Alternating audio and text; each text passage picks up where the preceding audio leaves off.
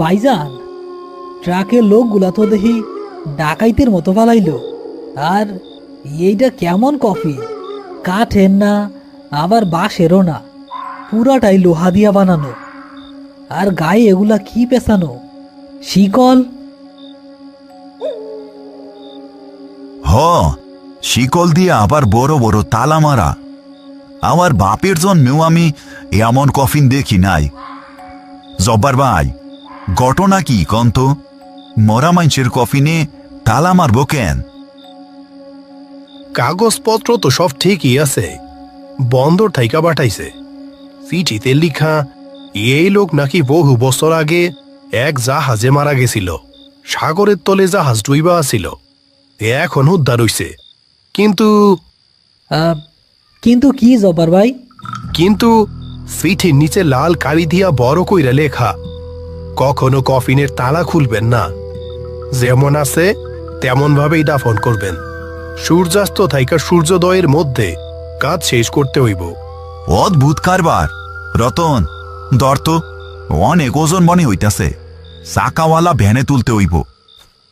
তারা তিনজন মিলে লোহার সেই কফিনটা ধরাধরি করে ভ্যানে তুলতে গেল। কফিনের গায়ে হাত দিতেই রতন ছিটকে দূরে সরে এলো। ওরে বাপরে ভাইজান, কফিন তো না, যেন বরফের চাকা। এত ঠান্ডা কেন? হাত দিলেই মনে হয় হাত অবশ হয়ে যাইতাছে। সাগরের তলে আসিল তো, তাই হয়তো ঠান্ডা। বেশি কথা না কইয়া ধর। বিসমিল্লাহ। অনেক কসরত করে তারা ভারী কফিনটা ভ্যানে তুলল। গোরস্থানের এবড়ো থেবড়ো পথ দিয়ে ভ্যান ঠেলে নিয়ে যাচ্ছে তারা। চাকাগুলোর ক্যাচ ক্যাচ শব্দ নিস্তব্ধ রাতে এক ভুতুড়ে পরিবেশ তৈরি করছে। হঠাৎ কফিনের ভেতর থেকে একটা শব্দ হলো, যেন ভেতরে থাকা লাশটা এ পাশ থেকে ও পাশে গড়িয়ে পড়ল। ভাইজান, লাশটা নড়ল না? আরে ভ্যান গর্তে পড়ছে, তাই হয়তো লাশ নড়ছে। চল তাড়াতাড়ি কর, কুয়াশা বাড়তাছে। তারা কবর পর্যন্ত পৌঁছে গেল। গর্ত আগে থেকেই খোঁড়া ছিল। কফিনটা নামানোর প্রস্তুতি নিতেই এক লোমহর্ষক ঘটনা ঘটল। কফিনের গায়ে পেঁচানো মোটা লোহার শিকলগুলো হঠাৎ নড়ে উঠল, যেন ভেতরের কেউ ওগুলো ছিঁড়ে ফেলার চেষ্টা করছে। আর ভেতর থেকে নখ দিয়ে লোহা আঁচড়ানোর মতো খসখস শব্দ শোনা যেতে লাগলো। ইয়া আল্লাহ, করিম, শব্দটা তো আমিও শুনলাম। মরা মানুষ লোহার কফিন আশ্রায় কেমনে? ভাইজান, দেখেন তালার গোড়া দিয়া পানি পড়তাছে, কিন্তু এই পানি তো কালো, আর গন্ধটা সাগরের পচা মাছের মতো গন্ধ।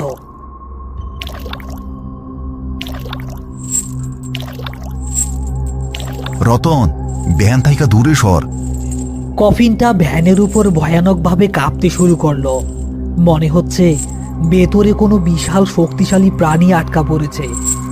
কাঁপুনির চোটে ভ্যানটা উল্টে যাওয়ার উপক্রম হলো। হঠাৎ কফিনের ভেতর থেকে একটা অস্পষ্ট ভারী গলার আওয়াজ ভেসে এলো, যা কোনো মানুষের গলার আওয়াজ নয়, যেন সাগরের তলদেশ থেকে উঠে আসা কোনো বুদবুদের শব্দ। পানি, লোনা পানি, বাতাস চাই, বাতাস। ভাইজান, ও তো বাইসা আছে, ও বাতাস চায়। তালাটা কি কইলা দিমু? খবরদার রতন, হাত দিবি না। চিঠিতে মানা করা আছে, নিশ্চয়ই কোনো কারণ আছে। কিন্তু করিম, জ্যান্ত মানুষরে কেমনে দাফন করমু? যদি ভুল হয়, যদি সত্যি সত্যি লোকটা বাইচা থাকে? করিম দ্বিধায় পড়ে গেল। একদিকে নির্দেশ তালা খোলা যাবে না, অন্যদিকে মানুষের মতো আর্তনাদ। ঠিক তখনই কফিনের ডালাটা ভেতর থেকে এমন জোরে ধাক্কা এলো যে একটা শিকলের আংটা টং করে ছিঁড়ে ছিটকে পড়ল করিমের পায়ের কাছে। ছিঁড়ে যাওয়া অংশটা দিয়ে দেখা গেল কফিনের ভেতর থেকে দুটো জল লাল চোখ তাদের দিকেই তাকিয়ে আছে। ভাইজান, ওই চোখ, ওই চোখ তো মাইনষের চোখ না, কিন্তু ও আমারে ডাকতাছে। ও কয় ওর দম বন্ধ হইয়া আসতেছে। আমারে তালাটা খুলতে কন ভাইজান, ওরে বাঁচাই। আহ রতন, পাগলামি করিস না, ভালো কইরা তাকা। কোনো মানুষের চোখ অন্ধকারে এমন জ্বলে না। ও তোরে মায়া লাগাইতাছে। রতন, দয়া কর, আমি মইরা যাবো। তালা খোল, তালা খোল। কণ্ঠস্বরটা সরাসরি রতনের নাম ধরে ডাকলো, অথচ রতনের নাম তার জানার কথা নয়। রতন করিমের হাত ছাড়িয়ে একটা বড় পাথর তুলে নিল তালা ভাঙার জন্য। সে যেন আর নিজের মধ্যে নেই। করিম, রতন রে থামা। ওই তালা খুললে আমাগো কাউরে জ্যান্ত রাখবো না। চিঠি লাল কালি এমনি এমনি ব্যবহার করে নাই। আরে রতন, হুশে আয়, এইটা শয়তান। আল্লাহরে ডাক রতন, আল্লাহরে ডাক। করিম রতনকে সরিয়ে দিতে কফিনের ভেতর থেকে সেই করুণ সুরটা পাল্টে গেল। এবার ভেসে এলো হাড় হিম করা এক ভয়ানক গর্জন। মনে হলো হাজার হাজার সাপ একসাথে হিস হিস শব্দ করছে। কফিনটা ভ্যানের ওপর লাফালাফি শুরু করলো। ভ্যানটা আর ভার রাখতে না পেরে উল্টে গেল। দরাম করে বিশাল লোহার কফিনটা মাটির উপর। খুল, না খুললে আমি বাইঙ্গা বাইর হব। তবু রক্ত দিয়া আমি আবার সমুদ্র বানাবো। সর্বনাশ হইছে। মাটিতে পড়ার ছোটে আরেকটা শিকল ঢিলা হয়ে গেছে। ডালাটা ফাঁক হইতাছে। করিম, দেহ ভিতর থাইকা যেই কালো পানি পড়তাছে, সেইখানে ঘাসগুলো সব জইলা ছাই হয়ে যাইতাছে। এইটা এর ফিডের চাইতেও ভয়ানক বিষ। জব্বার ভাই, আর দেরি করা যাইব না। এইটারে এক্ষুনি করতে ফেলাইতে হইব। রতন, উঠ, যদি বাঁচতে চাস ব্যান বাদ দে। লাথি মাইরা কফিনটারে করতে ফেলা। ভাইজান, আমি আমি কি করতে চাইতেছিলাম? আল্লাহ মাফ করো আমারে, ধরেন ভাইজান। তারা তিনজন মিলে সেই বিষাক্ত কালো পানি আর হিমশীতল কফিনটাকে গর্তের দিকে ঠেলতে শুরু করলো।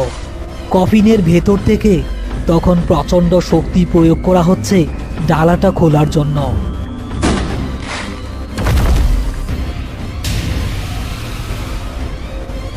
একটি হাত, যেটা মানুষের মতো দেখতে হলেও আঙুলগুলোর মাঝখানে হাসির পায়ের মতো পর্দা লাগানো এবং নখগুলো বড় বড়, সেটা ফাঁক দিয়ে বেরিয়ে এসে করিমের পা খামচে ধরার চেষ্টা করলো।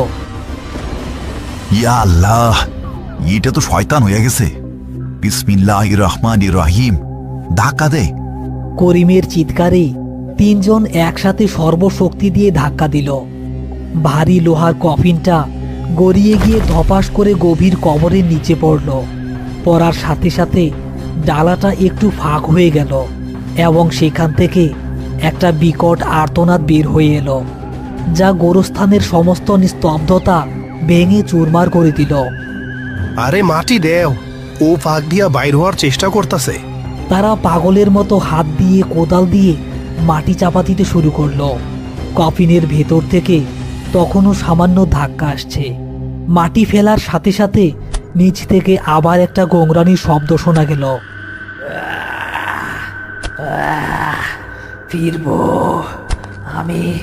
আমি আবার ফিরবো। লোনা পানি, রক্ত। কিন্তু তিনজনের প্রাণপণ চেষ্টায় মুহূর্তের মধ্যেই কফিনটা মাটির নিচে চাপা পড়ে গেল। তারা থামলো না। যতক্ষণ না মাটি সমান হয়ে গেল ততক্ষণ তারা মাটি দিতেই থাকলো। গোরস্থানের পাশের মসজিদ থেকে ফজরের আজান ভেসে এলো।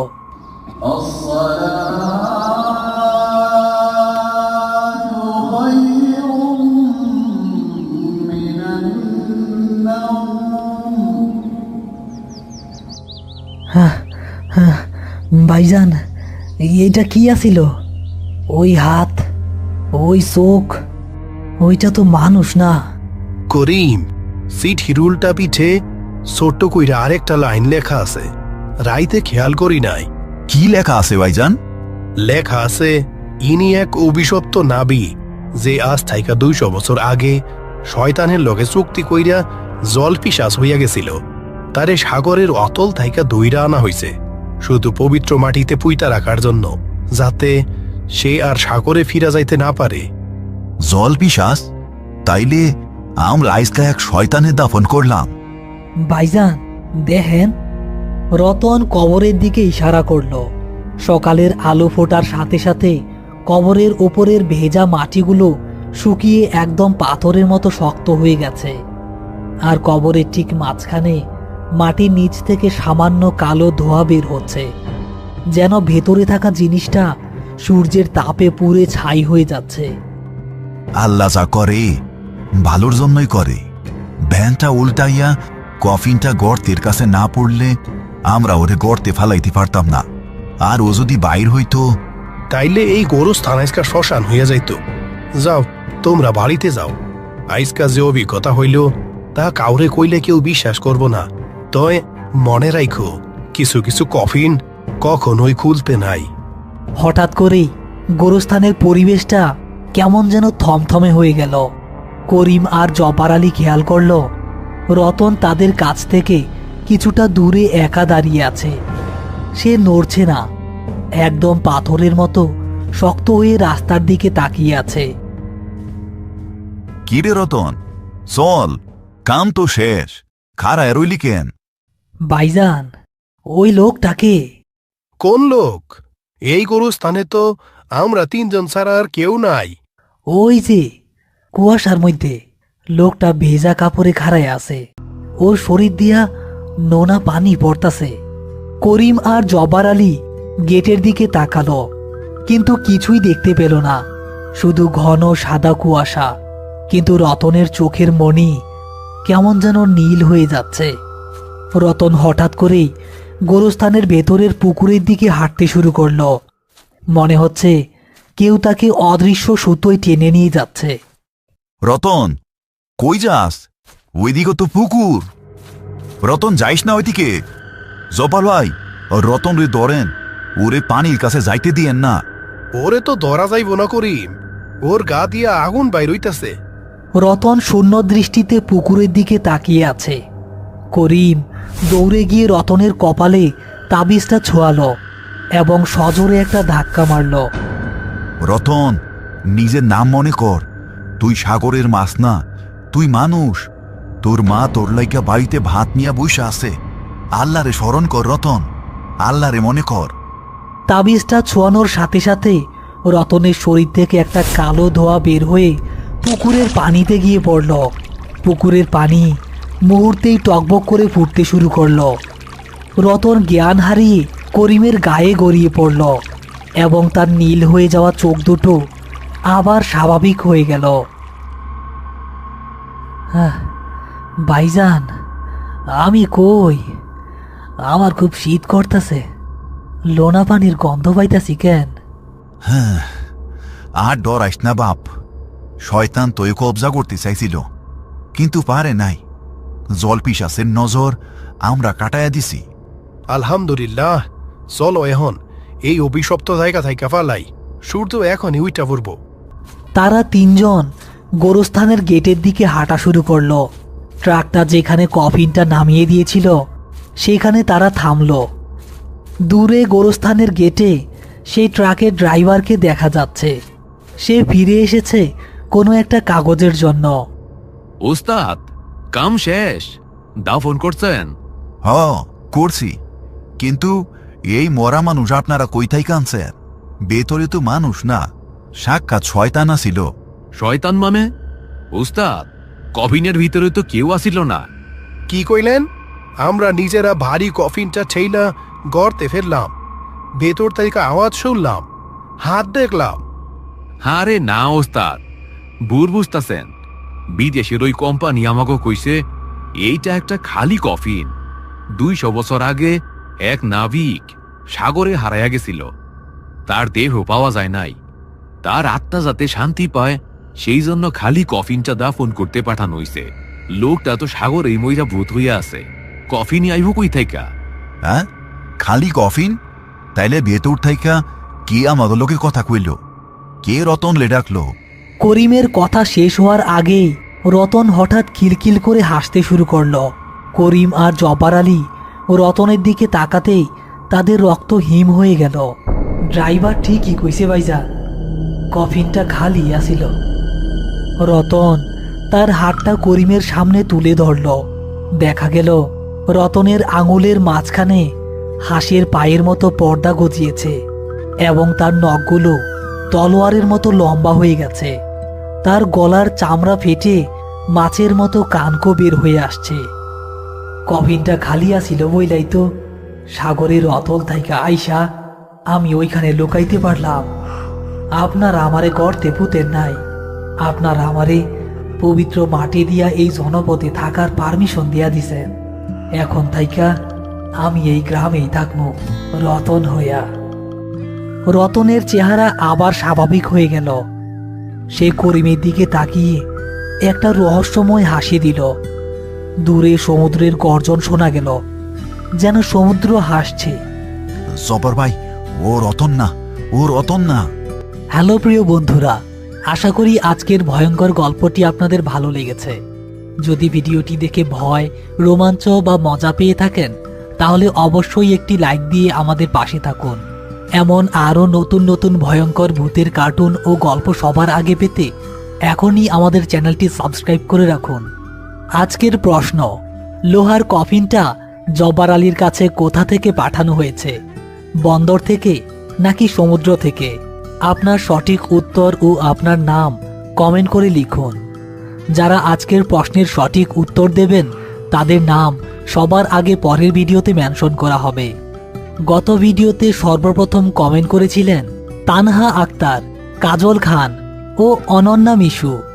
আর গত সপ্তাহের ভিডিওতে বলা প্রশ্নের যারা সঠিক উত্তর দিয়েছিলেন তারা হলেন ঈদুল হাসান, অঞ্জনা মণ্ডল, তানহা আক্তার, মিস্টার সজীব ইসলাম, রিঙ্কি মণি, তাবাসসুম, মিস্টার নাবিল, ইতি হাসান, পাখি খুলনা থেকে, কিশোরগঞ্জ থেকে ইয়াসিন আরাফাত, হাফেজ মোহাম্মদ আশরাফুল ইসলাম, এমডি শাকিল ঢাকা থেকে, ইভা, ইমদাদুল ব্রাহ্মণবাড়িয়া থেকে, রুবায়েত, বৃষ্টি, কামরুল ইন্ডিয়া থেকে, আব্দুল মোতালেব সৌদি আরব থেকে, শিবলু আহমেদ সিলেট থেকে, লিমন চাপাই থেকে, রোহান, সুমাইয়া, রিফাত, শিশির, সাব্বির, সাথী রহমান, মোহাম্মদ আরাফাত ব্রাহ্মণবাড়িয়া থেকে, সুমা ইসলাম ঠাকুরগাঁও চণ্ডীপুর থেকে, ইমন নরসিংদী থেকে, মারিয়া সাভার থেকে, মুন আক্তার,